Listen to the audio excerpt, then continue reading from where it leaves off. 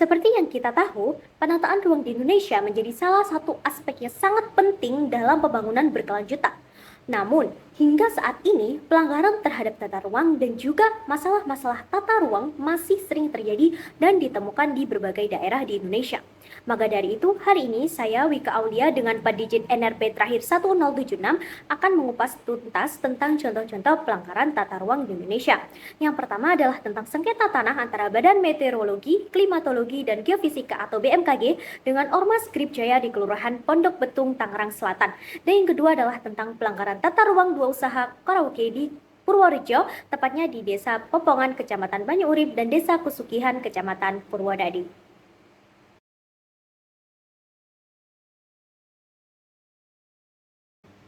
Sengketa tanah ini bermulai ketika BMKG memulai pembangunan gedung arsip pada November tahun 2023. Namun, pembangunan ini terhenti karena pendudukan, pembongkaran papan proyek, dan juga penutupan akses oleh Oknum Gripjaya.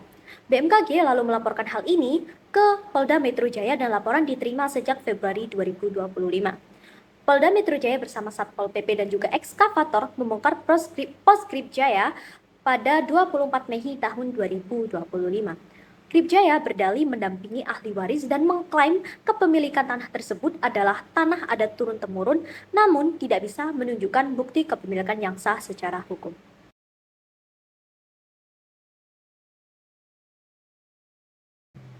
Setelah ditelisik lebih lanjut, ternyata permasalahan ini terkait dengan beberapa peraturan perundang-undangan. Yang pertama adalah dengan KUHP pasal 167 ayat 1, UU nomor 5 tahun 1960 tentang UU-PA pasal 19, PP nomor 24 tahun 1997 tentang pendaftaran tanah, dan juga peraturan Menteri Agraria dan Tata Ruang Kepala Badan Pertahanan Nasional nomor 21 tahun 2020 tentang penanganan dan penyelesaian kasus pertanahan. Jadi ada beberapa tindakan yang sudah dilakukan untuk menangani kasus sengketa ini. Yang pertama adalah penertiban bangunan ilegal oleh aparat gabungan Polda Metro Jaya dan Polres Tangerang Selatan pada 24 Mei tahun 2025. Lalu ada penyelidikan aktif oleh kepolisian terkait sengketa. Dan juga yang ketiga ada pemasangan pelang penyelidikan serta patroli dan pengamatan rutin di tanah sengketa. Tindakan-tindakan yang sudah dilakukan belum sepenuhnya menyelesaikan kasus sengketa ini, karena status hukum tanah secara adat belum sepenuhnya diselesaikan dan pihak dari Gripjaya atau ahli warisnya terus menggugat atau mengulur proses ini. Yang kedua adalah munculnya risiko ketegangan sosial dan juga konflik horizontal dengan warga sekitar. Dan yang ketiga adalah belum adanya mediasi formal antara ahli waris, jika memang benar ada, dan juga BMKG.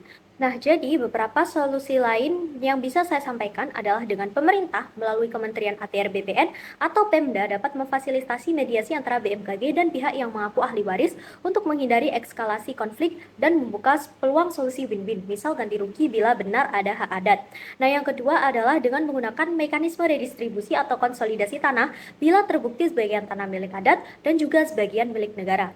Yang ketiga adalah dengan penegakan hukum terpadu dengan hal-hal tersebut. Dan yang keempat adalah audit tanah ulang oleh BPN, di mana ini adalah permintaan resmi audit ulang dari BPN untuk menutup celah klaim palsu sekaligus memperkuat posisi hukum dari pihak yang memang benar memiliki sertifikat dan bisa membuktikan kepemilikan.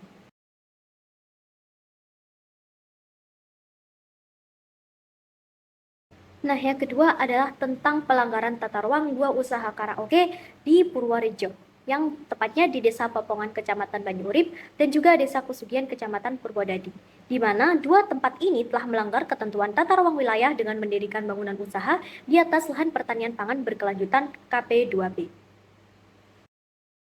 Masalah ini terkait dengan beberapa peraturan perundang-undangan. Yang pertama adalah pelanggaran Perda Kabupaten Purworejo nomor 10 tahun 2021 tentang RT/RW tahun 2021 sampai dengan 2041. Nah, yang kedua adalah dengan UU nomor 26 tahun 2007 tentang penataan tata ruang, dan yang ketiga adalah dengan Undang-Undang nomor 41 tahun 2009 tentang perlindungan lahan pertanian pangan berkelanjutan atau PLP 2B. Nah, yang terakhir adalah dengan PP nomor 21 tahun 2021 tentang penyelenggaraan penataan ruang. Nah, beberapa tindakan yang sudah dilakukan oleh Pemkab Purworejo untuk mengatasi masalah ini adalah dengan melakukan pengawasan bertahap dan pemberian sanksi administratif sejak 2022, di mana pada usaha karaoke di Desa Popongan telah mendapat peringatan tertulis 1, 2, 3 hingga penghentian kegiatan. Nah, sementara di karaoke di Desa kesugihan hanya mendapat peringatan tertulis 1-3 saja. Nah, pada 9 Oktober 2024 dilakukan rapat finalisasi dan pendatangan surat keputusan pembongkaran yang dipimpin oleh Bupati Purworejo. Nah, rapat ini berdasarkan rekomendasi Kementerian ATR BPN dan Pemkad dalam rapat 7 Agustus 2022. Nah, yang ketiga adalah adanya surat keputusan Bupati agar pelanggaran melakukan pembongkaran secara mandiri dalam batas waktu tertentu. Namun, belum ada tindak lanjut untuk pembongkaran dan kasus ini masih dalam tahap pemantauan karena tidak adanya respon dari 2 usaha karaoke tersebut.